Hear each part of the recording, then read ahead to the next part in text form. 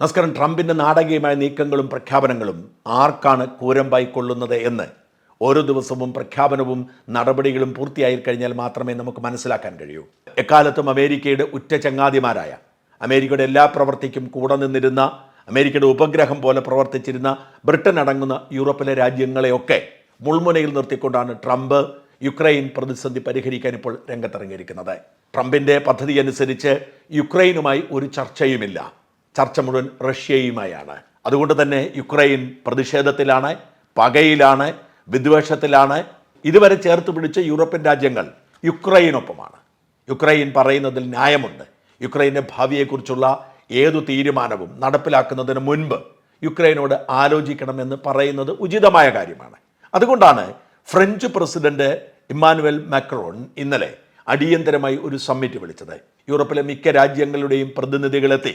ഏറ്റവും കൂടുതൽ ആവേശം കാട്ടിയത് ട്രംപിൻ്റെ ഗുഡ് ലിസ്റ്റിലില്ലാത്ത ബ്രിട്ടീഷ് പ്രധാനമന്ത്രി കീർ സ്റ്റാർമറാണ്. ബ്രിട്ടനും അമേരിക്കയും തമ്മിലുള്ള ബന്ധത്തെ സ്പെഷ്യൽ റിലേഷൻഷിപ്പ് എന്നാണ് പണ്ട് മുതലേ പറയുന്നത്. ഒരു അമേരിക്കൻ പ്രസിഡന്റ് ചുമതലയേറ്റാൽ ആദ്യം ടെലിഫോണിൽ സംസാരിക്കുന്ന ബ്രിട്ടീഷ് പ്രധാനമന്ത്രിയോടാണ്. ആദ്യത്തെ സന്ദർശനവും ബ്രിട്ടീഷ് പ്രധാനമന്ത്രിയുടേതാവും. എന്നാൽ അതൊക്കെ മാറ്റിമറിച്ചാണ് ഇപ്പോഴത്തെ പോക്ക്.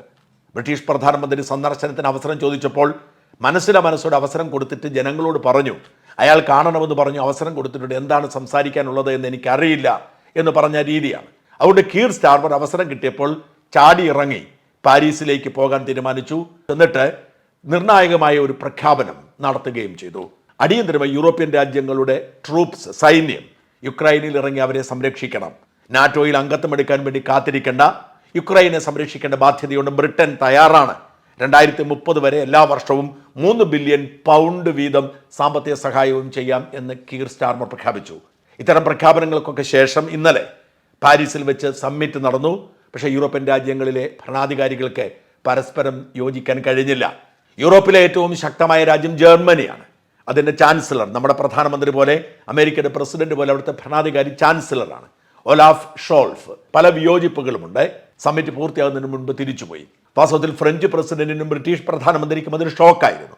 ഇത് മാത്രമല്ല, നെതർലൻഡ്സിൻ്റെയും ഇറ്റലിയുടെയും ഒക്കെ പ്രധാനമന്ത്രിമാർ ഇതിനോട് വിയോജിക്കുകയാണ് ചെയ്തത്. അവർ തമ്മിൽ പരസ്പര ധാരണയിലെത്താൻ കഴിഞ്ഞില്ല. പരസ്പരം അടിച്ചു പിരിയാതിരിക്കാൻ വേണ്ടി ഒരു മധ്യസ്ഥന്റെ ചുമതല യൂറോപ്യൻ യൂണിയന്റെ ഭാഗമല്ലാതിരിക്കുന്ന ബ്രിട്ടീഷ് പ്രധാനമന്ത്രി കീർ സ്റ്റാർമർ എടുക്കുകയുണ്ടായി എന്നതല്ലാതെ ഒരു ധാരണയിലെത്താൻ കഴിഞ്ഞില്ല എന്ന് മാത്രമല്ല, അമേരിക്കയുടെ പിൻബലമില്ലാതെ ഒന്നും ചെയ്യാൻ കഴിയില്ല. അതുകൊണ്ട് ധൃതി പിടിച്ച് ഒന്നും ചെയ്യേണ്ട എന്ന തീരുമാനത്തിലെത്തി. അമേരിക്കയുടെ പിന്തുണ വേണം, യുക്രൈനെ സംരക്ഷിക്കണം, യുക്രൈനിലേക്ക് സൈന്യത്തെ അയക്കണം, യുക്രൈൻ്റെ സുരക്ഷ ഞങ്ങൾ നോക്കാം, പക്ഷെ അമേരിക്ക ഞങ്ങളെ പിന്തുണയ്ക്കണം എന്നാണ് അവരുടെ നിലപാട്. ട്രംപ് പുച്ഛിച്ച് തള്ളി എന്ന് മാത്രമല്ല, നിർണായകമായ മറ്റൊരു തീരുമാനം കൂടി ട്രംപ് എടുക്കുന്നു എന്ന സൂചന പുറത്തുവിട്ടു. ഇപ്പോൾ ബാൾട്ടിക് സംസ്ഥാനങ്ങളിൽ റഷ്യയുടെ ആക്രമണത്തെ തടയുന്നതിന് വേണ്ടി അമേരിക്കൻ സേനയുണ്ട്. ബാൾട്ടിക് സ്റ്റേറ്റ്സ് എന്ന് പറയുന്നത് നമുക്കറിയാം, ലിത്വാനിയയും ലാത്വിയയും എസ്തോണിയയും അടങ്ങുന്ന ഒരു ശൃംഖലയാണ്. മാത്രമല്ല, സ്കാൻഡിനേവിയൻ രാജ്യങ്ങൾക്കും ഭീഷണിയുണ്ട്. ഫിൻലൻഡും ഡെൻമാർക്കും ഒക്കെ റഷ്യൻ ഭീഷണിയിൽ കഴിയുന്ന രാജ്യങ്ങളാണ്. അപ്പോൾ ഇവിടെയൊക്കെ അമേരിക്കൻ സേനയുടെ സാന്നിധ്യമുണ്ട്. ആ സേനയെ പിൻവലിക്കുകയാണ് എന്നാണ് ട്രംപ് നൽകുന്ന സൂചന. അത് യൂറോപ്പിന് കൂടുതൽ തിരിച്ചടിയാവും. ഇപ്പോൾ അമേരിക്കയുടെ സൈന്യം യൂറോപ്പിൽ ഉള്ള സാന്നിധ്യം കൂടി കുറയ്ക്കും. യൂറോപ്പിൻ്റെ സുരക്ഷ യൂറോപ്പിൻ്റെ മാത്രം വിഷയമാണ്. അവർ നോക്കട്ടെ, അമേരിക്കയുടെ ചെലവിൽ വേണ്ട എന്നുള്ള പ്രഖ്യാപനമാണ്. മാത്രമല്ല, ഇതിനിടയിൽ ട്രംപ് പ്രഖ്യാപിച്ചതുപോലെ തന്നെ സൗദിയിലുള്ള ചർച്ചകൾ ആരംഭിച്ചു കഴിഞ്ഞു. ട്രംപ് പോയില്ല എന്ന് മാത്രമേ ഉള്ളൂ. ട്രംപിൻ്റെ വിദേശകാര്യ secretary, US state secretary Marco Rubio സൗദിയിൽ എത്തിക്കഴിഞ്ഞിരിക്കുന്നു. മാർക്കോ റൂബിയോയുമായി ചർച്ച നടത്തുന്നതിന് വേണ്ടി റഷ്യ അവരുടെ വിദേശകാര്യമന്ത്രി സെർജി ലാവ്റോവിനെയും അയച്ചു. സെർജി ലാവ്റോവും മാർക്കോ റൂബിയോയും തമ്മിൽ സൗദിയുടെ മധ്യസ്ഥതയിൽ ചർച്ച ആരംഭിക്കുകയാണ്. ആ ചർച്ച ആരംഭിച്ചു കഴിഞ്ഞിരിക്കുന്നു. ഈ ചർച്ചയിൽ ഉയർന്നു വന്നിരിക്കുന്ന നിർദ്ദേശങ്ങൾ യുക്രൈനെ ഭയപ്പെടുത്തുന്നതാണ്. ഏതാണ്ട് 29 ബില്യൺ സാമ്പത്തിക സഹായം കഴിഞ്ഞ 3 വർഷക്കാലത്തെ യുദ്ധസമയത്ത് യുക്രൈൻ അമേരിക്ക നൽകിയിരുന്നു. ബൈഡൻ ഭരണകൂടമാണ്. അതൊക്കെ അവർക്ക് തിരിച്ചു കിട്ടണം എന്നതാണ് ട്രംപിൻ്റെ നിലപാട്. അന്ന് ബൈഡൻ സഹായം നൽകുന്നതിന് വേണ്ടി ഒരു കരാറിൽ ഏർപ്പെട്ടിരുന്നു. യുക്രൈൻ്റെ പ്രകൃതി വിഭവങ്ങളുടെ മേൽ, എണ്ണയുടെ മേൽ, പ്രകൃതി വാതകത്തിൻ്റെ മേൽ, മിനറൽസിൻ്റെ മേൽ, ധാതു ഉൽപ്പന്നങ്ങൾക്ക് മേൽ അമേരിക്കയ്ക്ക് നേരിട്ട് ഇടപെടാനുള്ള അധികാരം നൽകുന്ന കരാറാണ്. അതങ്ങോട്ട് ഉപയോഗിക്കാൻ പോവുകയാണ് എന്നാണ് ഇപ്പോൾ ട്രംപ് പറയുന്നത്. അതായത്, ഞങ്ങൾക്ക് നഷ്ടപ്പെട്ടിരിക്കുന്ന പണം വേണം, യുദ്ധമൊക്കെ ഞങ്ങൾ അവസാനിപ്പിച്ചു തരും, ഞങ്ങൾ പറയുന്നത് പോലെ നിങ്ങൾ മര്യാദയ്ക്ക് കഴിഞ്ഞോണം, റഷ്യയിൽ നിന്നും കൂടുതൽ ആക്രമണം ഉണ്ടാവാതെ ഞങ്ങൾ നിങ്ങൾക്ക് സംരക്ഷണം നൽകും, അതിന് ഞങ്ങൾക്ക് വേണ്ടത് നിങ്ങളുടെ എല്ലാ പ്രകൃതി വിഭവങ്ങളുടെയും എല്ലാ ധാതുക്കളുടെയും 50% എന്ന ഒരു വിചിത്രമായ ആവശ്യമാണ് ട്രംപ് ഉന്നയിക്കുന്നത്. അതിൻ്റെ രേഖകളൊക്കെ പുറത്തു വന്നിട്ടുണ്ട്. ഈ യുദ്ധം അവസാനിപ്പിച്ചാൽ കിട്ടുന്ന സാമ്പത്തിക നേട്ടങ്ങൾ എന്ന പേരിൽ കൃത്യമായി എഴുതി വച്ചിരിക്കുന്നത് മുഴുവൻ പ്രകൃതി വിഭവങ്ങളുടെയും 50% അമേരിക്കയ്ക്കുള്ളതാണ്. അതായത് യുക്രൈൻ ഈ പ്രകൃതി വിഭവങ്ങൾ മറ്റുള്ളവർക്ക് ലൈസൻസ് ചെയ്ത് കൊടുത്താൽ അതിൻ്റെ പകുതി പോലും അമേരിക്കയ്ക്കുള്ളതാണ് എന്ന് പറയുന്ന ഒരു സാഹചര്യം ഉണ്ടായിട്ടുണ്ട്. വല്ലാത്തൊരു പ്രതിസന്ധിയിലാണ് വാസ്തവത്തിൽ യുക്രൈൻ എത്തിയിരിക്കുന്നത്. അവർക്ക് ഒട്ടും തൃപ്തികരമായ രീതിയിലല്ല യുദ്ധം അവസാനിപ്പിക്കാൻ പോകുന്നത്. അമേരിക്കയുടെയും നാറ്റോ രാജ്യങ്ങളുടെയും പിന്തുണയുള്ളതുകൊണ്ട് മാത്രമാണ് റഷ്യയുമായി ഏറ്റുമുട്ടാൻ പോയതും ഇത്രയും പ്രശ്നമായതും. കഴിഞ്ഞ 3 വർഷമായി നടക്കുന്ന യുദ്ധത്തിൽ യുക്രൈൻ ഒരുപാട് നഷ്ടമുണ്ട്. അവരുടെ 5 പ്രവിശ്യകൾ നഷ്ടപ്പെട്ടിരിക്കുന്നു. ഒരെണ്ണം 2014 നഷ്ടപ്പെട്ടതാണ് ക്രീമിയ. അത് തിരിച്ചു കിട്ടില്ല എന്ന് യുക്രൈൻ അറിയാം. ആ കാര്യത്തിൽ ആർക്കും സംശയമില്ല. എന്നാൽ ഈ യുദ്ധകാലത്ത് പിടിച്ചെടുത്ത 4 പ്രവിശ്യകൾ കൂടിയാണ്. ആ പ്രവിശ്യയും യുക്രൈൻ റഷ്യക്ക് വിട്ടുകൊടുക്കണം എന്ന തരത്തിലാണ് ട്രംപ് മുമ്പോട്ട് വയ്ക്കുന്ന ഫോർമുല എന്നാണ് കേൾക്കുന്നത്.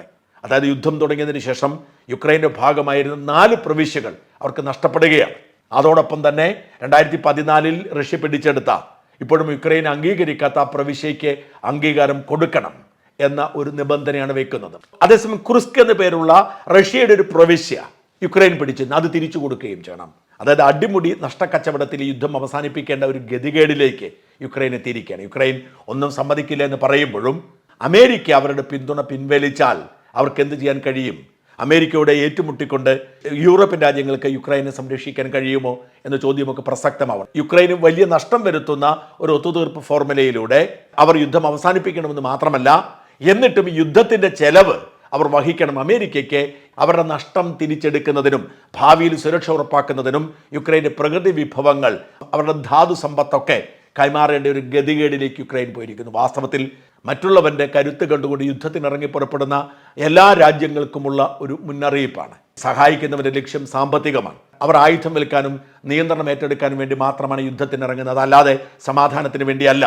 അതൊരു യുദ്ധം ഒരു വിപത്താണ്. യുദ്ധം ഏതു സാഹചര്യത്തിലാണെങ്കിലും ഒഴിവാക്കണം.